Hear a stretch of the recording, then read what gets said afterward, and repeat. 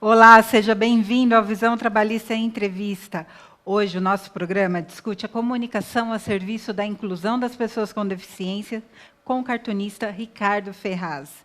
E no último bloco a gente também te conta como a Associação Eremim faz do esporte um recurso para educar e transformar. Vamos lá. O Ricardo Ferraz é um cartunista capixaba que fez da sua arte uma forma de protesto e de sensibilização para a inclusão das pessoas com deficiências.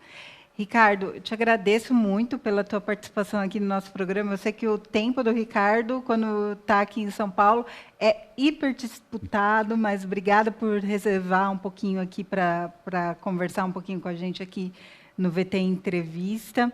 E a ideia, justamente, é a gente contar um pouco, está aqui um pouco as obras do Ricardo, que já tem 3 livros, né?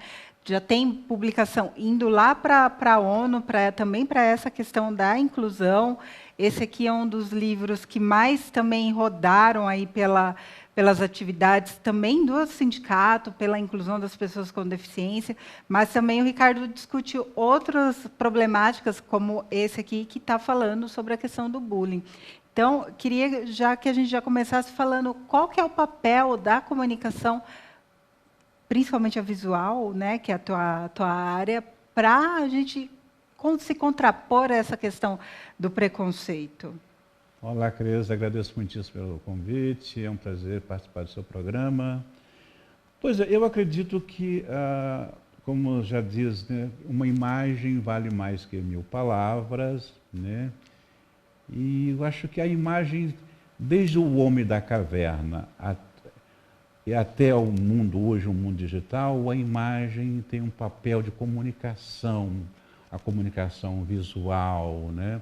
O Paulo Francis, o saudoso jornalista, ele dizia que um cartoon vale milhares de palavras para um povo a quem se nega as primeiras letras.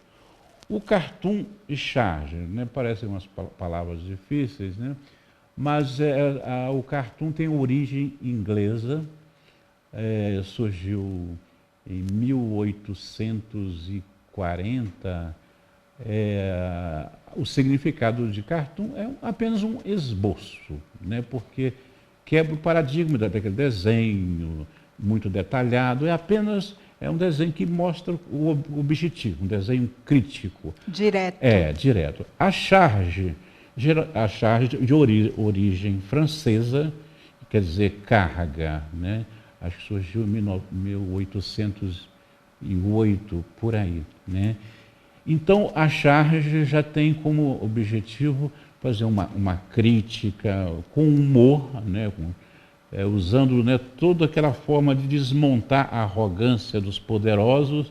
Então, o humor tem um papel fundamental. A imagem e o humor são 2 ferramentas importantíssimas na comunicação, na denúncia, e denunciando com essas ferramentas, com imagem e humor, né? Então, o que eu não consegui falar com palavras, eu consegui expressar o meu sentimento, a minha indignação com a arte, né?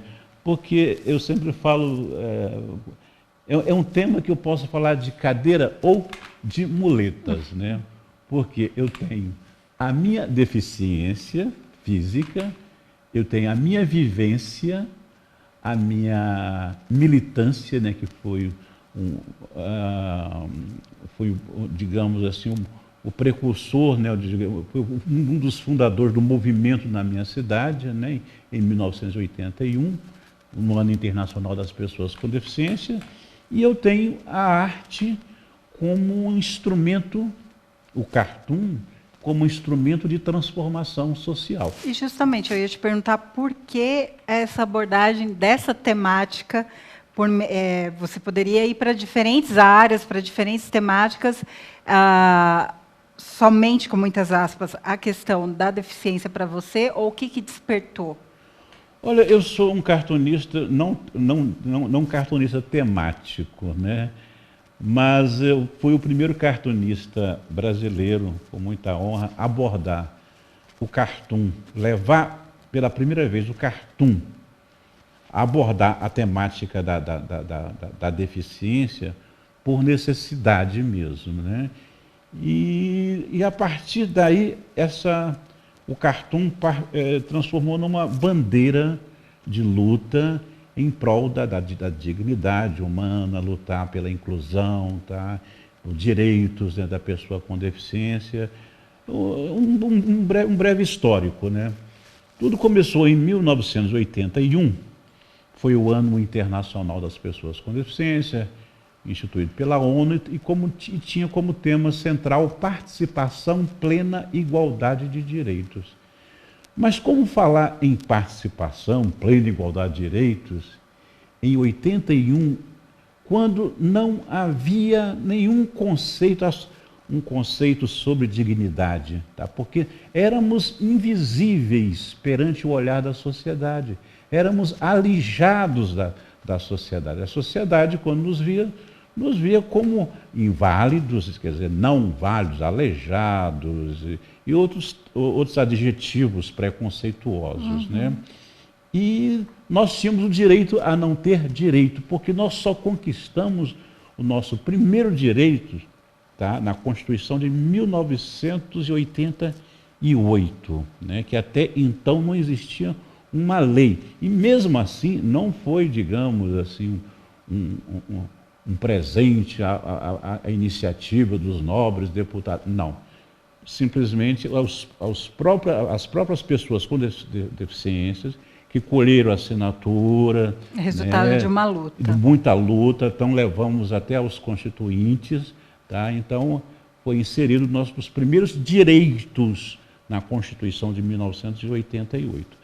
Pois é, então em 1981, que foi o início, o pontapé de tudo na luta das pessoas com deficiência, porque nós saímos de uma posição passiva, tá? Porque essa sociedade nos via como inválido e nós aceitávamos, digamos, até passivamente. Então, sair de uma posição passiva para uma posição ativa socialmente, foi um processo, né, de muita luta. Né? Ricardo, esse processo a gente vai continuar abordando no próximo bloco, mas a gente tem que fazer essa parte chata, que é cortar na hora que o papo está ficando ainda mais interessante para chamar o próximo bloco. Sem dúvida, sem dúvida. Fica com a gente. Okay.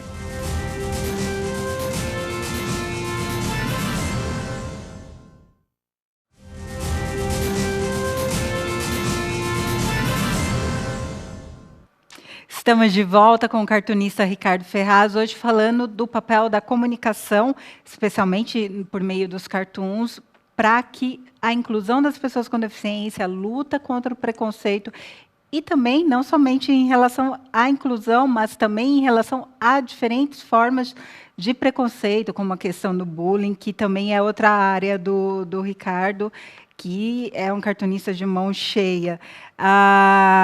Ricardo, você teve acesso nos últimos dias, provavelmente, ou a maioria das pessoas talvez não tenha se familiarizado com uma polêmica que aconteceu principalmente nas redes sociais, que foi uma imagem da atriz Cléo Pires e do Paulinho Vilhena, que são embaixadores das Paralimpíadas aqui no Brasil. Eles trocaram de pele com uma mesa tenista e um outro jogador um outro atleta paralímpico também, para justamente mostrar a importância das competições e tentar aquecer as vendas dos ingressos. Vocês estão vendo aí a imagem dos dois jogadores, justamente para sensibilizar, né? E com a hashtag Somos Todos Paralímpicos.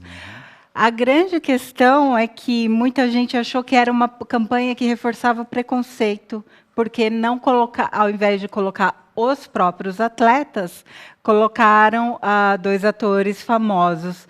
Qual que é a sua opinião sobre esse tipo de estratégia na área de comunicação? Olha, eu acho que quando uma pessoa, digamos, que não tem uma deficiência, vamos citar um exemplo do nosso amigo Clemente.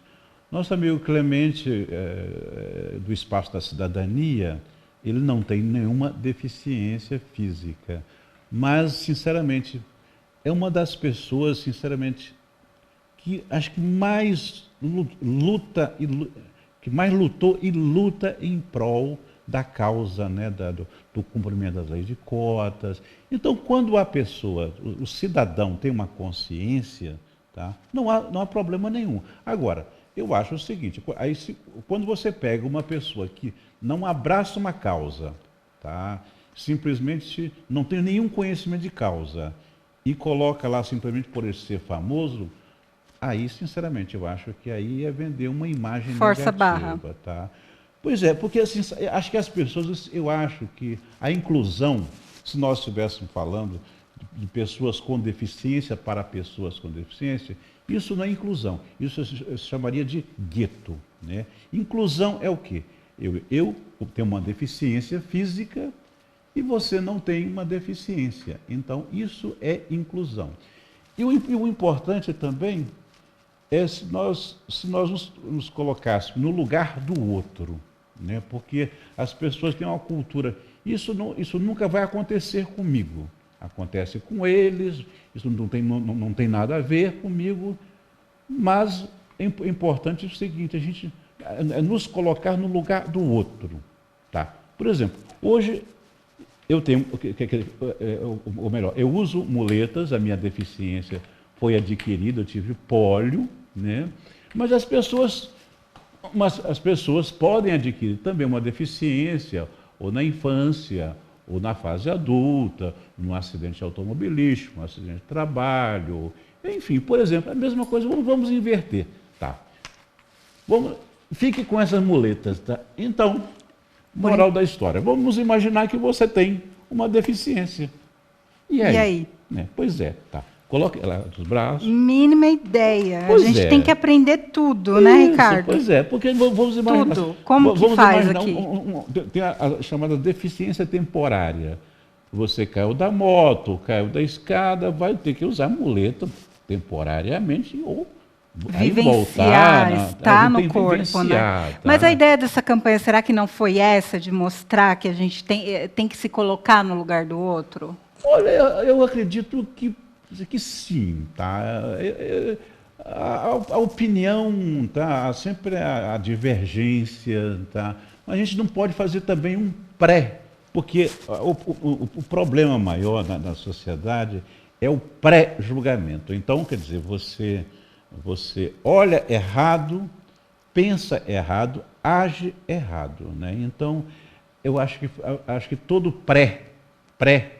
pré-conceito, pré-julgamento, né? Então podemos estar cometendo um pré-conceito também. Sim, tá? sim. Mas eu acho positivo desde que não seja demagogia, Sim. que seja uma jogada de marketing, de botar uma pessoa simplesmente bonita, famosa.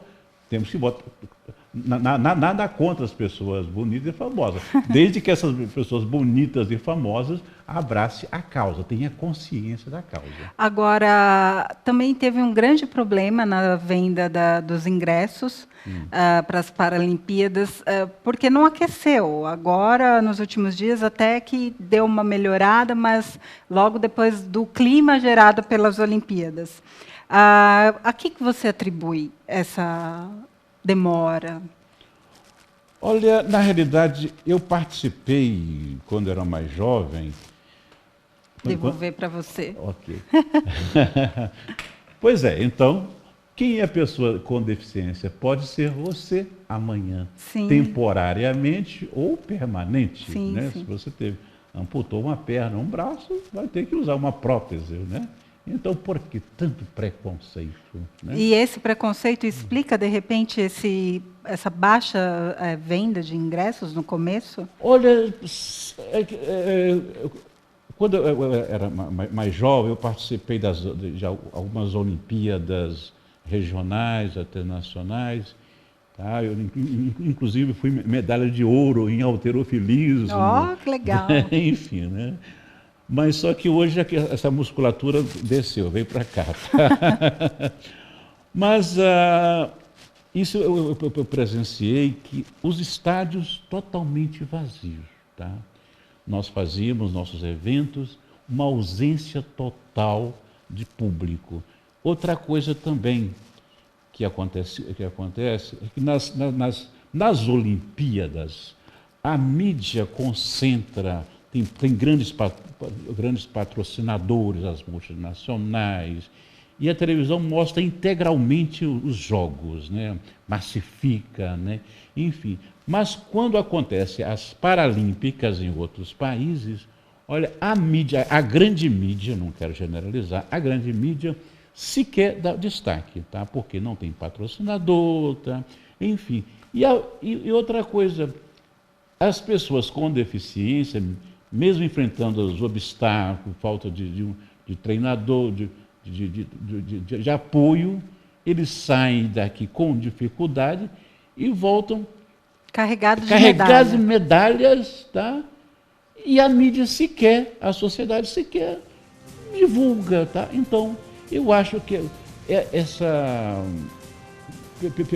pelo Brasil está sediando pela primeira vez as Paralímpicas, e nós estamos, já se falou da possibilidade, da ausência, de poucos estão interessados, falaram que poucos estavam interessados na compra dos ingressos. Aí acho que houve uma certa pressão, digamos assim, olha, vamos prestigiar nossos atletas. Então é a primeira Paralímpicas no Brasil, né? Então seria uma vergonha para a sociedade brasileira, tá? Mostrar que depois das Olimpíadas que o público prestigiou, os Paralímpicos com estádios vazios, né? Vamos conferir essa história. Vamos, você aí de casa, importante que prestigie, porque nós somos atletas, lutamos, né, pela bandeira, a bandeira brasileira, né? Lutamos pela nossa medalha. Então a sua presença, tá, vai ser um importante combustível para dizer, nós estamos aqui, né? Então isso chama inclusão social. Sim. A presença dessas pessoas, de um público prestigiando os nossos paralímpicos, né? Legal, nossos heróis. legal. Né? E com todas essas lições que eu aprendi, eu espero que você em casa também tenha aprendido. Eu agradeço demais a sua participação aqui no nosso programa para ajudar nessa questão da sensibilização, e a comunicação, sem dúvidas, é um instrumento para isso. Ricardo, muito obrigada. E eu te convido a ver outra estratégia de inclusão, de transformação social, que é a Associação Eremim, no próximo bloco. Obrigada.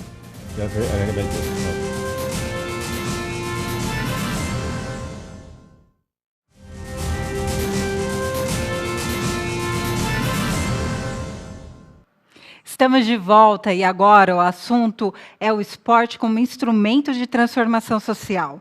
E esse é um dos métodos usados pela Associação Eremim, uma entidade idealizada pelo Sindicato dos Metalúrgicos de Osasco e Região, que transforma as vidas de crianças, adolescentes, jovens do Jardim Rochidale, em Osasco, por meio da educação, do esporte e da cultura popular.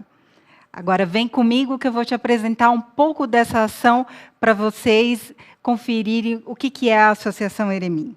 Há 17 anos, a Associação Eremim é um ponto de apoio às famílias do Jardim Rochidale, que confiam suas crianças às estratégias de educação popular da entidade que foi criada pelo Sindicato dos Metalúrgicos de Osasco e Região. Quem explica um pouco mais sobre isso é a coordenadora de atividades da Associação Eremim, Valclésia Trindade. É uma ação social de promoção da cidadania e desenvolvimento humano. A nossa proposta pedagógica está baseada em atividades esportivas, atividades físicas, além da recreação, não esquecendo que são crianças, então tem que estimular o aprendizado através de brincadeiras lúdicas também, e atividades culturais, que também é muito forte, tendo em vista, levando em consideração o público que a gente atende, né? Que são famílias oriundas da região nordeste do país, então a gente foca na cultura popular brasileira também. E dentro desse foco, dentro desse trabalho de educação, o esporte e as atividades físicas em gerais têm um papel fundamental. Por quê? O esporte, a gente não trabalha de forma competitiva, e sim que seja um instrumento onde possa transformar, que eles possam aprender ética, valores, a questão da cidadania e isso, de fato, levar para a vida deles. Para isso, o Eremim conta com várias parcerias, como o Bradesco, a Escolinha de Futebol Zico 10 e o Metal Clube. Com esse reforço, o esporte é uma estratégia, uma ferramenta de trabalho para promover a transformação social na vida das crianças e dos adolescentes, como explica o Gilmar Santos, que é educador da Associação Eremim e também já passou na sua adolescência pelas atividades da própria associação. A gente usa a atividade física como uma ferramenta para a mudança aqui no bairro do Curtidale. A atividade física foi uma mudança, sim, para a minha vida. Hoje não sou nenhum profissional de futebol, não sou nenhum profissional de voleibol, nem de basquete, nem de futebol, mas sim sou um profissional da área de educação física. Tá? Um profissional onde as modalidades que eu aprendi me proporcionou a buscar um conhecimento, tá? E ser um profissional da área de educação física, para trazer aqui para o Eremim os conhecimentos, as atividades que eu aprendi para desenvolver com os educandos aqui. E isso não só as próprias atividades, mas sim os objetivos um pouquinho mais específicos, né? Que além dos fundamentos, vem aí os valores que requerem uma modalidade esportiva, né? Que é o respeito ao trabalho em equipe, a organização do grupo, a atenção que requer essas modalidades. Que esses educandos, quando alcançar sim os seus 18, 19 anos, quando estiver em outro ambiente, que não seja também um ambiente esportivo, que ele consiga respeitar, consiga ser um cidadão responsável, e a partir da atividade física foi que ele conseguiu aprender, conseguiu desenvolver. Vamos ver o que tudo isso significa na vida das crianças e adolescentes da Associação Eremim? Eu acho que o Eremim é uma coisa muito boa para aquelas pessoas que não têm condição financeira de pagar um esporte, ter uma aula de música, uma aula de natação. Porque aqui eu faço várias atividades, conheço vários amiguinhos novos. Eu prefiro ficar aqui do que ficar em casa sem fazer nada. Porque em casa não tem o que fazer. Enche o saco de ficar sem fazer nada, né? E aqui o que você faz? Eu faço vôlei, natação, dança. Qual que você gosta mais? Dança. Por quê? Porque quando eu crescer eu quero ser dançarina. Sério? O que é o Eremim pra você? E aí, gostou? Conta pra gente nas redes sociais com a hashtag VT Entrevista. A gente fica por aqui e até a semana que vem.